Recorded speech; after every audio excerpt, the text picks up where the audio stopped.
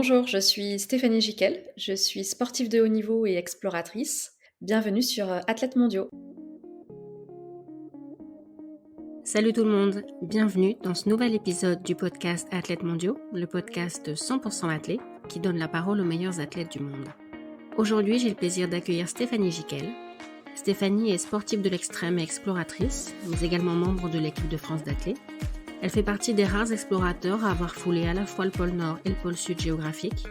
Elle est aussi la première Française à avoir couru un marathon autour du pôle Nord par moins 30 degrés. Elle a aussi traversé l'Antarctique via le pôle Sud sur plus de 2000 km en 74 jours.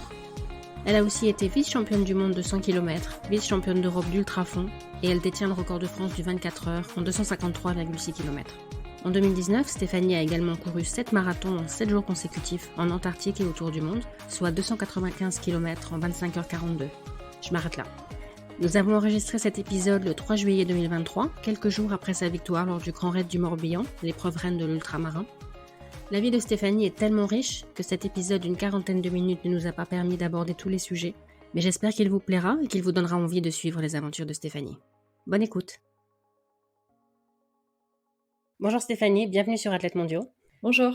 En préparant l'interview, je suis tombée sur une phrase que tu dis de toi. Je te cite, « Je cherche pas à être différente des autres, je suis différente des autres. » Alors je voulais savoir ce que tu appelais différente et quand tu t'en étais rendu compte. Alors ce que j'appelle différente, c'est que on est tous des êtres singuliers et je crois que quand on en prend conscience que l'on est tous différents, ça veut dire qu'on a tous des souhaits différents, des rêves qui nous sont propres. Quand on en prend conscience, on a beaucoup plus de chances d'aller vers ses rêves et on a plus de facilité à accepter de sortir de la norme, de sortir des injonctions. Donc c'est ce que j'ai voulu dire quand j'ai écrit ou quand j'ai exprimé cela, c'est que je crois vraiment qu'il faut être pleinement conscient que chaque être est singulier. Ça veut dire qu'on va avoir des rêves qui nous sont propres. J'ai eu très envie de parcourir l'Antarctique, c'était il y a plus de 10 ans, et j'ai réalisé cet objectif. Donc j'ai traversé l'Antarctique sur 2045 km en 74 jours. J'ai bien conscience que c'est un projet qui ne plaît pas forcément à beaucoup de personnes, parce que dans l'Antarctique, il fait très froid, c'est isolé, il n'y a pas d'animaux, c'est extrême, on n'a aucun confort pendant plusieurs mois. La traversée a duré 74 jours, on est dans l'inconfort pendant 74 jours, sans hygiène, sans douche, sous une tente, il fait moins 30, moins 40, moins 50 degrés. On doit contourner des crevasses, franchir des vagues de glace, faire 70 heures d'effort par semaine. Tout ça, c'est quelque chose qui moi, m'a plu parce que j'aime énormément ces régions. Mais c'est un continent qui, pour la plupart des gens, enfin, ça donne, on n'a pas forcément envie d'aller sur un continent où il fait si froid. On n'a pas envie de le parcourir et de faire un effort aussi intense physiquement. Moi, c'était mon rêve. Et en fait, en écoutant, en étant consciente que je peux avoir un rêve qui est complètement différent de ceux de mes proches, de mes amis, de mes collègues, ça me permet d'être complètement en phase avec moi-même et au final d'être beaucoup plus épanouie et puis d'aller vers ce qui me fait vibrer et c'est ce qui m'a amenée vers ces régions polaires. Enfant déjà, tu sentais que tu avais un destin particulier. En fait, j'aimais énormément être dans le détail, donc je travaillais beaucoup pour atteindre des objectifs. Par exemple, à 13 ans, j'ai découvert l'existence des écoles de commerce dans un magazine. À l'époque, je ne voyageais pas, donc j'ai grandi dans un milieu modeste près de Toulouse et mon rêve, c'était de voyager, c'était de découvrir le monde et en fait, j'ai utilisé les études pour atteindre ce rêve, pour pouvoir m'émanciper, pour pouvoir acquérir des outils qui me permettraient ensuite de devenir entrepreneur de ma propre vie, indépendante. Donc j'ai toujours eu cet état d'esprit très persévérant. Enfin, quand j'ai découvert l'existence des écoles, ça me paraissait complètement fou. Je me disais waouh, ça a l'air d'être assez inaccessible. Ça a été, je pense, mon premier objectif très ambitieux. Et en fait, je me suis dit faut y aller. Enfin, j'ai du coup beaucoup persévéré, beaucoup travaillé. J'ai toujours été dans le détail. Donc c'est sûr que j'ai pris conscience assez jeune que peut-être d'autres enfants étaient moins dans le détail ou peut-être moins dans l'effort, mais encore que c'est quelque chose qui peut s'acquérir ensuite un peu plus tard. Mais j'avais voilà cette conscience d'avoir ce caractère-là, cette détermination Après, on a tous des qualités, différentes, on a tous, des rêves différents, donc j'avais, voilà, juste conscience d'avoir cette particularité, d'avoir cette qualité-là. Ça, j'en ai eu conscience, assez vite, oui. D'accord. Donc au début, tu as utilisé les études pour t'épanouir et te fixer des objectifs avant le sport. Et le sport est arrivé à quel moment?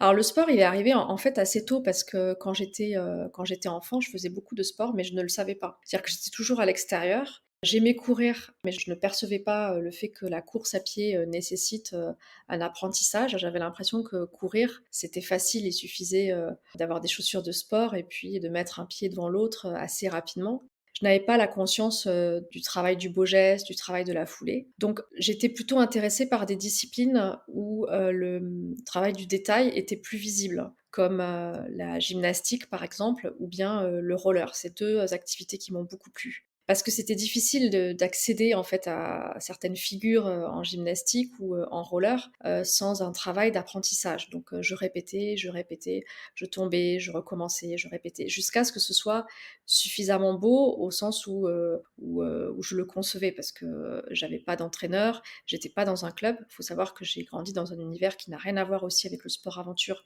et avec le sport de haut niveau. Donc ça, c'est venu, vraiment, après et je dis souvent que c'est une chance quand le point de départ est loin du point d'arrivée parce qu'au final, bah, j'ai appris à persévérer, j'ai atteint des objectifs qui n'avaient rien à voir avec, mon point de départ, mais je trouve que c'est extrêmement intéressant et ça permet aussi, beaucoup d'ouverture. Donc je faisais du sport, mais à cette époque-là, je ne savais pas que je faisais du sport. Pour moi, je m'amusais et je recommençais jusqu'à ce que j'y arrive parce que les enfants ont cette qualité, c'est-à-dire que quand on apprend à marcher, on tombe, on se relève, on recommence.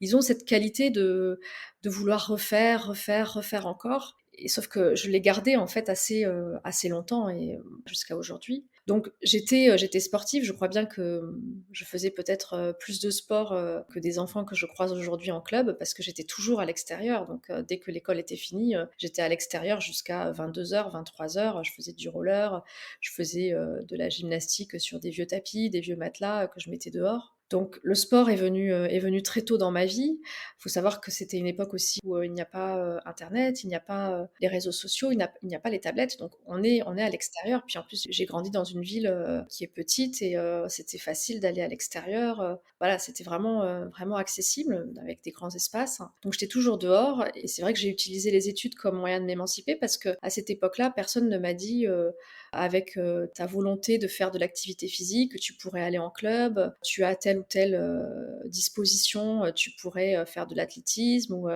en fait, personne ne m'a jamais dit ça. Avec le recul, je vois bien, au vu de ce que je fais aujourd'hui, je vois bien au vu de ce que je faisais à l'époque que, j'avais probablement ces dispositions, mais je n'ai pas fait à ce moment-là, les rencontres qui m'ont, permis d'aller vers le sport. Mais je n'ai absolument aucun regret parce que, le chemin que j'ai choisi, donc les études, une école de commerce, une classe prépa, finalement ce chemin-là, il m'a appris à devenir indépendante. J'ai acquis énormément d'outils, autant dire que quand je suis arrivée sur Paris, bah, j'ai découvert un autre monde, j'ai découvert aussi un monde économique dont j'ignorais complètement l'existence et ça m'a, je pense, donné beaucoup de billes en fait pour pouvoir ensuite, évoluer dans l'exploration, le sport de haut niveau. Il faut savoir que l'exploration, on est complètement indépendant dans le sens où on n'a pas d'aide, on n'est pas, salarié, donc il faut, entreprendre dans ses projets, il faut monter ses expéditions, il faut rechercher le financement, il faut trouver un collectif et ensuite ça, je l'ai appliqué dans le milieu du sport de haut niveau et aujourd'hui, je ne suis pas du tout attentiste, c'est-à-dire que je fais mon bout de chemin, mais voilà, c'est vraiment avec une indépendance et une capacité à aller, aller chercher des fonds quand il faut aller chercher des fonds, à convaincre un collectif pour, atteindre un objectif et ça vraiment je l'ai acquis parce que j'ai aussi évolué, dans le monde de l'entreprise pendant près de 10 ans et ça m'a forcément, ouvert à autre chose. Donc je n'ai pas de regrets, si ce n'est qu'il y a évidemment des choses dans le monde du sport que je ne peux plus faire aujourd'hui. Il faut savoir que sa VMA, elle peut s'améliorer évidemment, au fur et à mesure de ses entraînements et de sa carrière. Mais le potentiel maximum qu'on aurait pu atteindre, c'est bien plus jeune, hein, c'est à 20 ans, 25 ans, la réactivité a un signal, à 11-12 ans, c'est terminé. Donc, il y a des disciplines sportives, le sprint ou autre, évidemment, c'est hors de question pour moi aujourd'hui. Mais j'ai peut-être aussi, découvert cette, vibration de l'ultra-endurance parce que j'ai eu ce parcours notamment dans le sport aventure avant. Peut-être que sinon je n'y serais jamais allée et c'est un univers qui me plaît vraiment beaucoup, l'ultra, parce qu'on ressent, des émotions, très, très fortes, hein. Je suis aujourd'hui, membre de l'équipe de France de 100 kilomètres. Donc là, c'est le grand fond et puis, membre de l'équipe de France, d'athlétisme sur, l'ultra. Donc j'ai couru, notamment 253,6 kilomètres en 24 heures non-stop. C'est des choses qui apportent, beaucoup parce que je ressens des émotions qui sont intenses sur ces courses. Si j'avais commencé l'athlétisme plus jeune, peut-être que je ne serais jamais allée vers ces disciplines-là et peut-être que du coup, je n'aurais jamais, vécu aujourd'hui ce que je vis dans ces disciplines. Donc je crois beaucoup au destin et au fait que si les choses se sont déroulées dans ce sens-là, c'est que c'était probablement mieux ainsi. Mais au début, tu as fait du sport plutôt aventure. Il y a eu un moment une envie de faire de la compétition? Ou alors de la compétition, c'est arrivé parce que ben, tu t'es tourné vers certaines disciplines et que...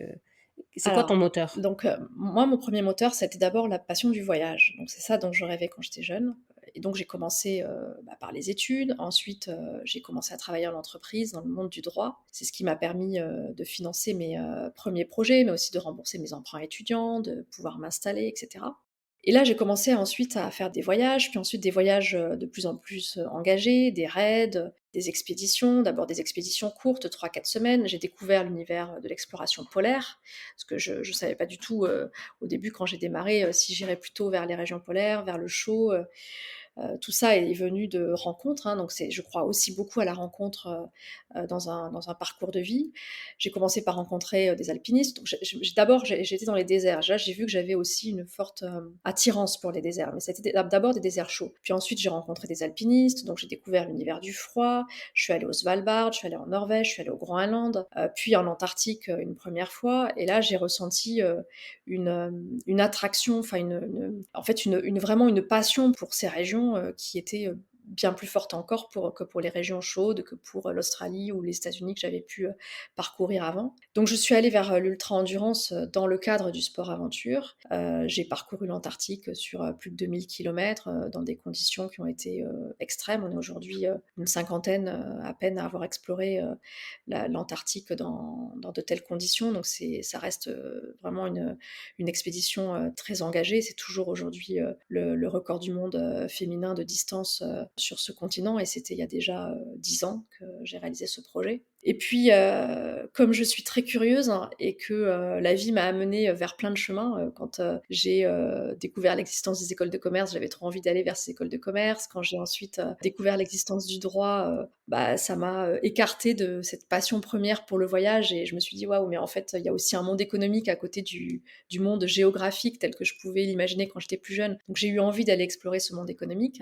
Bah, ça a été un peu la même chose pour la compétition. C'est que j'aimais beaucoup l'ultra-endurance et j'ai découvert l'univers de la compétition. Au début, quand je faisais des ultra-trails, c'était pour préparer des expéditions, donc j'avais absolument aucun désir de performance. Je préparais mes expéditions. Et puis je me suis dit: mais en fait la compétition, ça peut être sympa aussi». Et donc là, j'ai commencé à préparer des compétitions pour, la performance sur la compétition en question. Il faut savoir que c'est très différent du sport aventure parce que le sport aventure, on est généraliste, c'est-à-dire qu'il faut être bon partout. Il faut savoir, monter une tente, mais aussi supporter l'inconfort des -50 degrés, savoir contourner des crevasses ou les franchir, savoir, marcher, 16 heures par jour. Ça peut être avec, un traîneau que l'on tracte comme ça peut être avec un sac à dos. Il faut savoir faire du ski de rando, mais aussi un peu courir. Enfin, il faut être en fait multitâche, donc on travaille à la fois la force, l'endurance, enfin on a une façon de travailler qui permet d'être complet, mais qui ne permet pas d'être, complètement adapté sur, une fonction en particulier.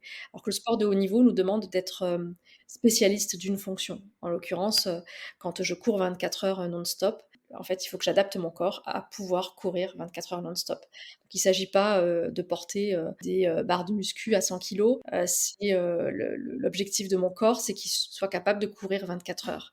Donc là, on est vraiment sur quelque chose de très précis, très pointu et c'est ce que j'aime, aujourd'hui dans la pratique, du haut niveau. Et donc j'ai commencé ensuite à m'inscrire à des championnats de France. J'ai remporté les championnats de France, puis ensuite, j'ai intégré l'équipe de France et après j'ai fait mes premiers er championnats du monde, puis les championnats d'Europe, à nouveau les championnats du monde et on a été, vice-championne du monde, par équipe sur 100 kilomètres en août dernier, vice-championne d'Europe en individuel sur 24 heures et puis j'ai amélioré le record de France, sur 24, donc ça c'était en septembre, au championnat d'Europe de Vérone.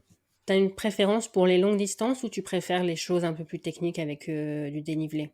En fait, comme je suis très curieuse et que en fait, je prends plaisir chaque fois dans tout ce que je découvre. Moi, ce que j'aime bien, c'est, faire les choses à fond.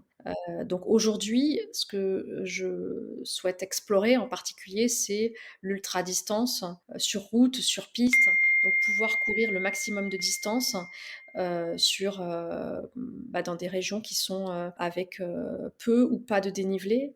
En ce moment, c'est ça que je travaille, mais j'avoue que j'aime aussi beaucoup la montagne. Après, il se trouve que dans l'exploration, aujourd'hui, je suis plutôt allée vers l'horizontalité que vers la verticalité. Donc c'est un univers que j'ai pas encore exploré, la verticalité, mais pourquoi pas? C'est-à-dire que je pourrais aussi, aller sur, des courses de trail comme, l'UTMB, j'ai ça dans un coin de la tête. Donc là, travailler plutôt, le franchissement, d'obstacles, le fait de parfois devoir, marcher en montée, le fait de devoir utiliser des bâtons, enfin c'est en fait, chaque discipline nécessite, une adaptation. Les trailers de montagne qui viennent sur des épreuves, par exemple comme le Grand Raid du Morbihan, que je viens de remporter ce week-end, ils sont pas à l'aise parce qu'en fait, sur ces épreuves-là, le Grand Raid du Morbihan, on a 179 kilomètres, on a 1000 mètres de dénivelé. Il faut être capable de courir du début jusqu'à la fin si on veut performer. Sauf que quand on adapte son corps à, une, variation entre course et marche et puis à la course en descente qui est très technique, qui nécessite beaucoup de travail en excentrique, utilisation de bâtons et cetera, on n'est pas forcément adapté à, courir, sur du sable, sur du bitume, sur, des sentiers, avec très peu de dénivelé, et là pour le coup, bah, va falloir continuer à courir, continuer à courir, continuer à courir parce qu'on voit toujours l'horizon et on voit pas de sommet, il faut courir, il faut courir, il faut courir. Mentalement, ça doit aussi être, difficile. Alors mentalement, ce qui est plus difficile, c'est le 24. Le 24 est beaucoup plus difficile OK. que des courses de trail comme celle que j'ai faite ce week-end. Parce que là, pour le coup, c'est une course horaire, donc on court tous 24 heures et durant 24 heures, on doit réaliser le maximum de distance. C'est sur une boucle, donc exactement comme, comme un athlé sur 800, on va faire 2 boucles. Là, nous, il faut qu'on en fasse, énormément sur 24 heures. Donc quand j'ai couru 253,6 kilomètres à Vérone, effectivement, ça nécessite, de faire un gros travail sur la concentration. Toujours penser, à sa foulée, à sa stratégie de ravitaillement, toujours, penser où sont les autres féminines, enfin sa stratégie de course, comment on a construit sa course et ne pas trop s'échapper parce qu'en général, si on va dire, si on commence à s'évader comme on peut le faire lorsque l'on parcourt les chemins de grande randonnée, à l'entraînement ou bien, en expédition, quand les conditions ne sont pas trop dantesques, on peut s'évader, on peut penser à autre chose. Dans ces moments-là, sur une course de 24, l'allure, elle diminue, elle baisse, donc il faut impérativement rester concentré et ça durant 24 heures et les moments qui sont critiques, c'est en général quand, on commence à s'endormir, où là, on peut oublier, de s'hydrater ou bien, on peut commencer à avoir des hallucinations, enfin c'est d'un point de vue, mental, c'est vraiment extrême. C'est ce qui fait que, on peut aussi avoir un potentiel physique et ne pas pouvoir l'exploiter complètement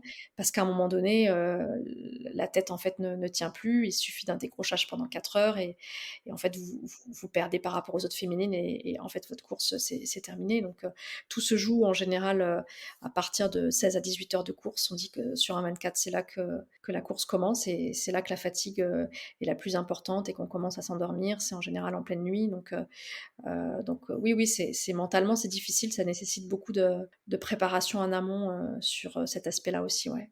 Est-ce que tu peux nous parler de la fois où tu as abandonné? Je sais que c'est un moment qui a été un peu marquant pour toi. Tout à fait, c'était justement sur le Grand Raid du Morbihan. J'ai couru cette course, à plusieurs reprises.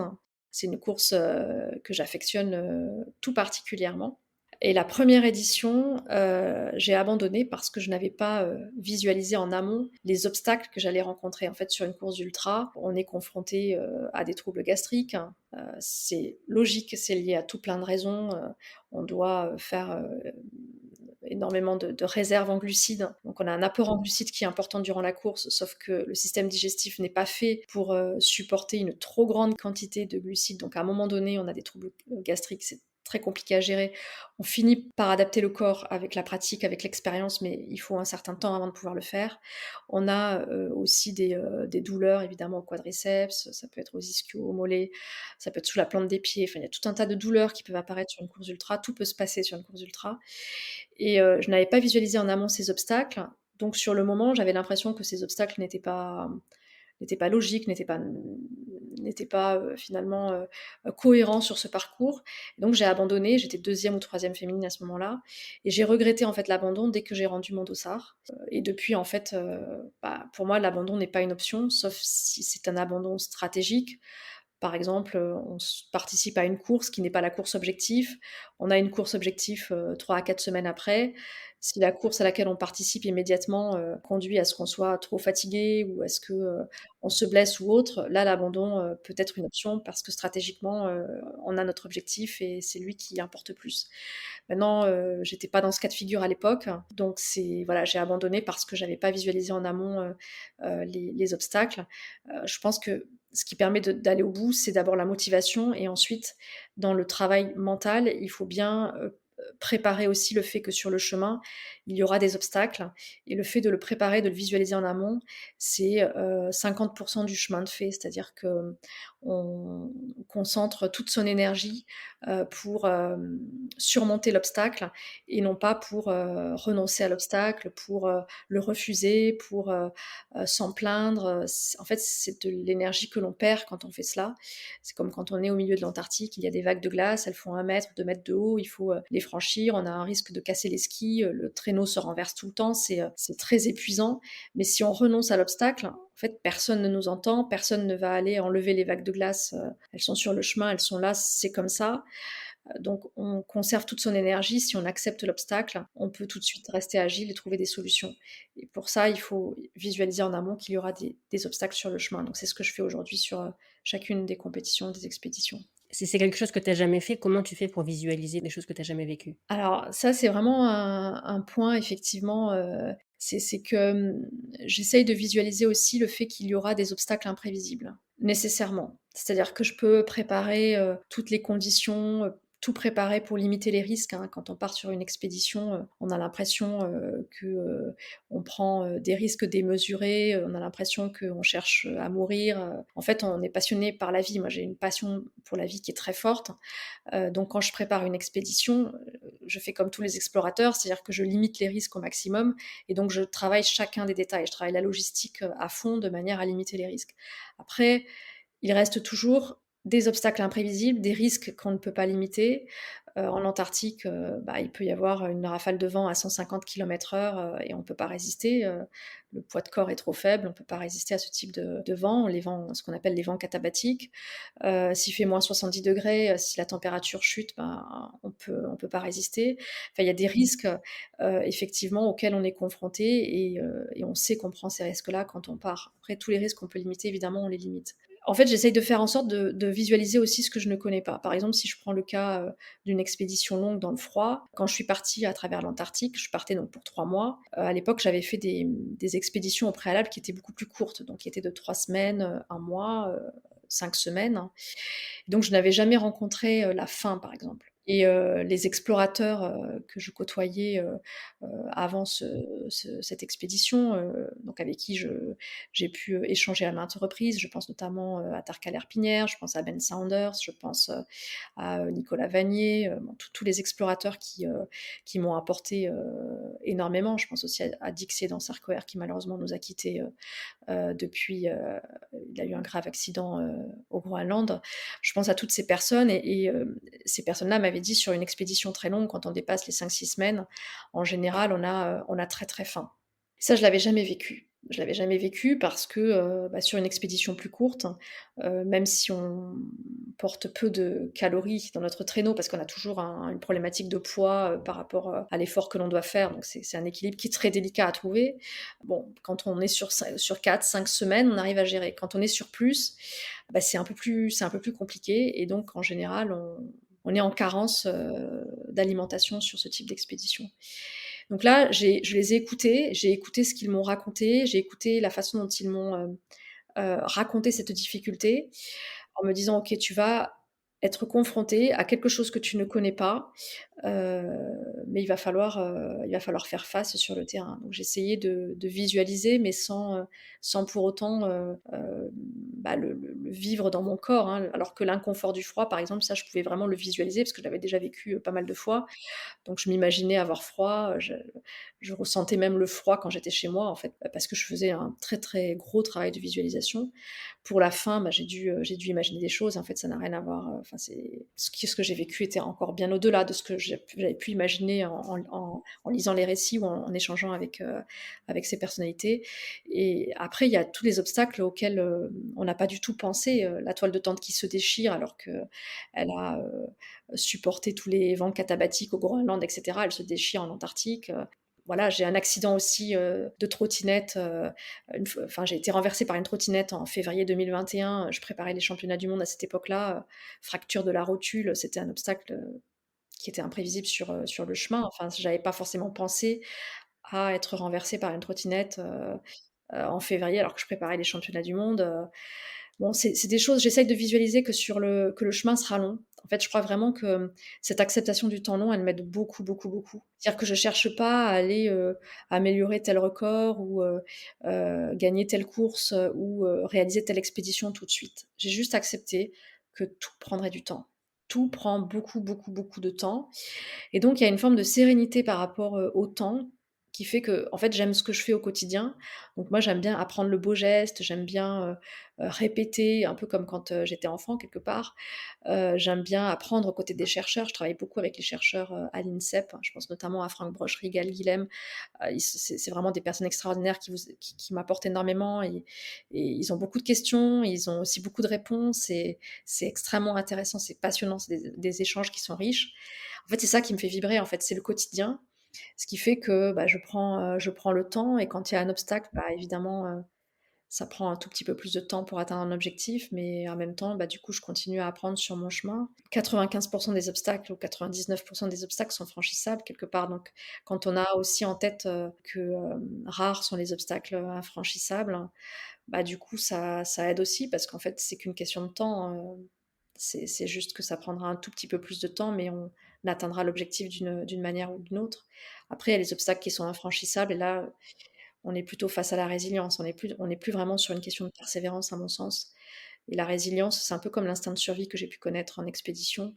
La résilience, elle est automatique, en fait. C'est-à-dire, c'est un instinct de vie, vous êtes face à un choc, qui vous amène ailleurs, en fait. C'est-à-dire que, quelque chose qui était complètement, inenvisageable, vous avez même l'impression, que la vie s'arrête, que ce qui vous est arrivé, c'est pas possible, que vous avez rêvé, puis vous vous réveillez le lendemain matin, non, c'est vraiment arrivé, là, en fait, ce qui vous remet en chemin, c'est, cette envie de vivre, en fait, tout simplement et là, pour le coup, comme l'instinct de survie, c'est automatique, donc on n'est plus vraiment sur, la persévérance dont on fait preuve au quotidien, nous, sportifs de haut niveau, pour travailler, pour être dans la discipline et atteindre des objectifs. C'est encore autre chose, mais ça, j'en parle beaucoup aussi dans le livre En mouvement. J'aime beaucoup ces thématiques de résilience, de persévérance. On les confond souvent, à mon sens, mais je Mmh. pense que c'est vraiment 2 choses différentes. Ouais. Est-ce que tu peux nous parler des 7 marathons que tu as courus en 7 jours consécutifs? Quel était l'objectif? Comment tu t'es préparée?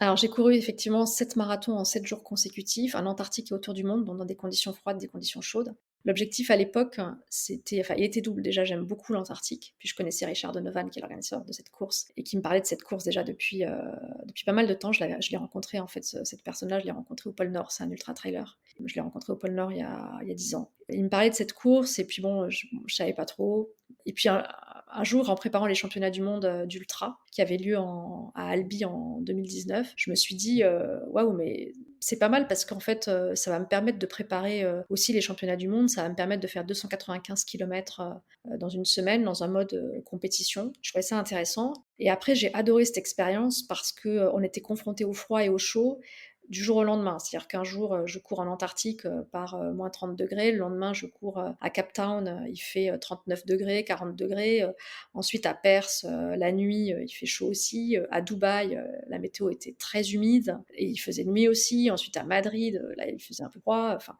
donc on passe du chaud et du froid du jour au lendemain et donc on court des marathons, donc avec d'autres concurrents, hein, parce que c'est une compétition qui est organisée, tous les ans Et en fait, ça nous a permis aussi avec l'INSEP, de travailler sur l'adaptation au chaud et au froid, parce qu'il y a pas mal d'études sur l'adaptation au chaud. J'utilise beaucoup l'adaptation au chaud, c'est-à-dire qu'avant une compétition, dans la chaleur, on fait, avec Franck Brochery, des entraînements en chambre, thermique. Donc c'est ce qu'on appelle l'acclimatation en chambre thermique. On reste en chambre thermique de 7 à 14 jours, à raison d'une heure à 1h30 par jour, par des températures de 40-43 degrés.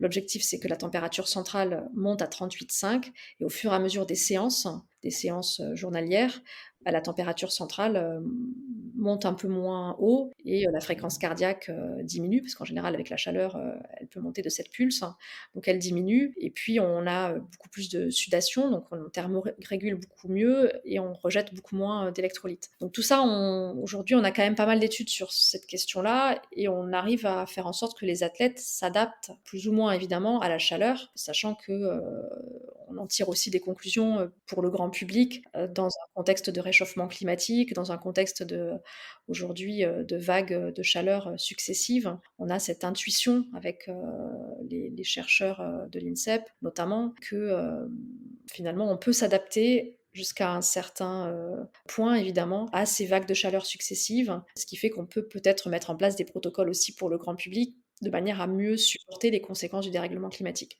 Sur ça, on a pas mal de réponses. Par contre, les chercheurs n'avaient aucune idée de ce qu'il se passe lorsque l'on passe du froid au chaud et lorsque l'on fait un effort dans ces conditions du jour au lendemain. Il n'y avait aucune étude sur le sujet, hormis une vieille étude des années, je crois, 70, qui avait été réalisée par l'armée américaine. Donc en fait, ça les passionnait, ils se sont dit, mais waouh, c'est génial, Stéphanie va aller du froid au chaud du jour au lendemain. Donc, on a fait tout un processus d'acclimatation en chambre thermique, en chambre froide. Parce qu'en fait, la question qui se posait, c'est est-ce que les passages en chambre froide, parce que je m'entraîne beaucoup quand je pars en expédition polaire, je m'entraîne en chambre froide, donc je cours 5 heures, Mmh. 6 heures en chambre froide. Et là, donc, j'ai fait la même chose, c'est-à-dire que je suis passée en chambre froide. C'est le premier sas dans les chambres de cryothérapie. En cryothérapie qu'on utilise pour la récupération, en général, on va jusqu'à moins 120 degrés. Le premier sas est à moins 20 degrés. Donc moi, je restais à moins 20 degrés et je pédalais sur un ergocycle. Pour certaines expéditions, je cours sur un tapis roulant. Et ensuite, j'allais en chambre thermique. Et on avait peur que ce passage en chambre froide annihile finalement les effets de la chambre thermique et que je puisse pas m'acclimater au chaud parce que en même temps, je m'entraîne dans le froid. Et au final, ben, j'ai très bien supporté la compétition et je me suis adaptée à la chaleur. On a remarqué que la fréquence cardiaque était un peu moins élevée dans la chaleur et que je transpirais plus. Donc finalement, le processus d'acclimatation s'était bien déroulé. Donc on a eu pas mal de réponses. Il y a eu des articles qui sont sortis dans les revues indexées sur ce sujet. Et donc c'était évidemment pour moi qui aime beaucoup comprendre, c'était juste passionnant. Et après sur le terrain, c'était une ambiance vraiment très très belle avec d'autres athlètes qui sont des athlètes internationaux aussi qui représentent leur pays, que ce soit en trail, que ce soit en ultra trail, en ultra distance. Il y avait une marathonienne aussi, une anglaise. Enfin, et l'ambiance était géniale et rester avec eux pendant 7 jours. Enfin, j'en garde d'excellents souvenirs. Enfin, c'était un projet que j'ai adoré. Et là, tu devais courir plus vite, je suppose, que quand tu fais la même distance d'une traite? Oui, l'objectif aujourd'hui, si je devais le refaire, parce que je fais toujours des erreurs, évidemment, à chaque fois qu'on est dans une nouvelle aventure, ben, on tâtonne. Et c'est au fur et à mesure des expériences qu'on progresse, parce qu'on corrige beaucoup de choses. En ultra, il y a énormément de choses à corriger. On corrige l'alimentation, l'hydratation, la stratégie de course. Bon, là, pour le coup, sur les 7 marathons, j'ai choisi une allure qui, à mon sens, aujourd'hui, est un peu surannée, qui était trop faible, parce que je pense que la meilleure allure pour pouvoir réaliser une bonne performance, une très haute performance sur ces 7 marathons, si je devais le refaire, ce serait une allure qui serait comprise entre l'allure marathon et l'allure 100 km. Et là, j'ai pris une allure qui était plus faible, ce qui fait qu'aujourd'hui, mon objectif, c'est d'améliorer le record du monde sur 24 heures. Le record du monde, il est à 270 km. J'ai amélioré le record de France en septembre dernier en courant 253,6 km. Donc j'ai 17 km à grappiller. Donc évidemment, si je réalise le record du monde à 270, je serai à une allure qui est proche de celle à laquelle j'ai couru les 7 marathons, alors que c'était de manière fractionnée. Donc avec le recul, je me dis que j'aurais dû préparer mes 7 marathons à une allure plus rapide. Mais il faut savoir qu'à l'époque, j'étais sportive de haut niveau, mais sans entraîneur. Je n'avais pas encore, on va dire, intégré l'entraînement de haut niveau. Donc j'avais encore un fonctionnement de sportive aventurière très autodidacte et aujourd'hui je le ferai différemment. Donc ça me semble aujourd'hui avec le recul, une performance complètement surannée, mais c'est ça aussi qui fait enfin, quand on évolue dans l'ultra, c'est une discipline qui est récente, donc on apprend énormément et en plus quand on arrive dans l'athlétisme un peu plus tard, forcément la marge de progression, bah, elle est énorme parce que, bah, il y a énormément de leviers, parce qu'il y a beaucoup de choses encore qu'on n'a pas fait et sur lesquelles on peut travailler pour aller plus loin et c'est ça que je trouve extrêmement intéressant aussi. Est-ce que tu pourrais peut-être donner des conseils pour les gens qui écoutent et qui sont eux-mêmes athlètes? J'ai entendu dire quelque part que tu avais probablement commis toutes les erreurs possibles et imaginables en compétition. Est-ce que tu as des conseils concrets pour la compète ou pour l'entraînement, d'erreurs que tu as peut-être faites par le passé et dont tu as appris des choses? Bah, là, par exemple, ce week-end, hein, si on remonte pas plus loin que ce week-end, donc j'ai couru le Grand Raid du Morbihan, 179 kilomètres, de trail. J'ai, donc amélioré le record de l'épreuve, 18h38. Le record était, précédemment, détenu par Nathalie Mauclerc. Donc j'ai, amélioré le record de plus d'une heure. Mais je sais que je peux aller plus loin, cette discipline, donc j'ai une, satisfaction au vu du début de saison parce que, j'ai eu, on va dire 4 petits obstacles. J'ai rencontré 4 petits obstacles qui m'ont éloignée de la course à pied et surtout de la compétition, depuis le mois de janvier. Donc j'ai commencé très tard la préparation. Donc je suis satisfaite d'être allée au bout des 179 kilomètres. Mais en même temps, j'ai commis des erreurs qui vont, me permettre, d'aller plus loin, notamment en ultra. Par exemple, l'hydratation. J'ai, réalisé un protocole, sur l'hydratation, qui ne permettait pas une hydratation suffisante et quand, on manque d'hydratation en course, ce n'est plus rattrapable ensuite. Contrairement au sucre, on peut, gérer une hypoglycémie. L'hydratation, la dette en hydratation, c'est terminé. C'est-à-dire qu'on manque d'énergie, de carburant jusqu'à la fin de course. On peut faire en sorte de ne pas empirer la situation pour éviter le malaise, mais par contre, on ne peut pas retrouver le niveau d'énergie, du début de course. Donc ça c'est une erreur que j'ai pu faire. Bon après des erreurs, j'en ai fait énormément, mais après c'est chacun, qui fait aussi en fonction de sa propre expérience. Je sais que pour moi le solide, en alimentation est compliqué parce que ça fait travailler le système digestif. Le liquide passe mieux, je supporte plutôt bien, des soupes de fruits, mais pour certains athlètes, ça ne passe pas du tout.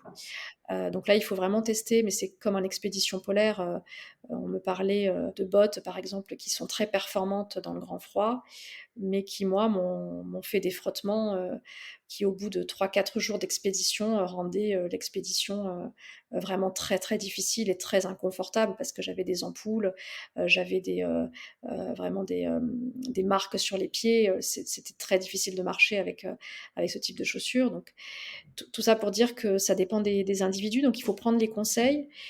Ça permet d'orienter ses questions. C'est-à-dire que quand on se prépare, avoir le conseil de quelqu'un sur tel ou tel sujet permet de se dire: «OK, s'il me donne ce conseil sur ce sujet, c'est que ce sujet est important, c'est que peut-être ce sujet, je devrais l'explorer un peu plus. C'est que est-ce que moi je suis sûre d'avoir la bonne solution sur ce sujet?» Heu, Après voilà, on est quand même tous différents encore une fois et très singuliers. Donc ce qui marche pour un athlète ne marchera pas forcément, pour un autre. Je pourrais te poser encore beaucoup de questions, mais on est limité par le temps. Je vais te poser la question que je pose à tout le monde. Le podcast s'appelle Athlètes mondiaux parce que ce que je préfère dans l'athlète, c'est son côté universel. Qu'est-ce que toi, tu préfères dans l'athlète? Ce que j'aime beaucoup dans l'athlétisme, c'est, le travail du beau geste, le travail de la foulée. C'est-à-dire que courir s'apprend et j'ai à cœur vraiment de le transmettre quand je rencontre des jeunes qui, bah, ne sont pas du tout dans l'univers de l'athlé ou s'en désintéressent ou ne savent pas ce qu'est l'athlétisme.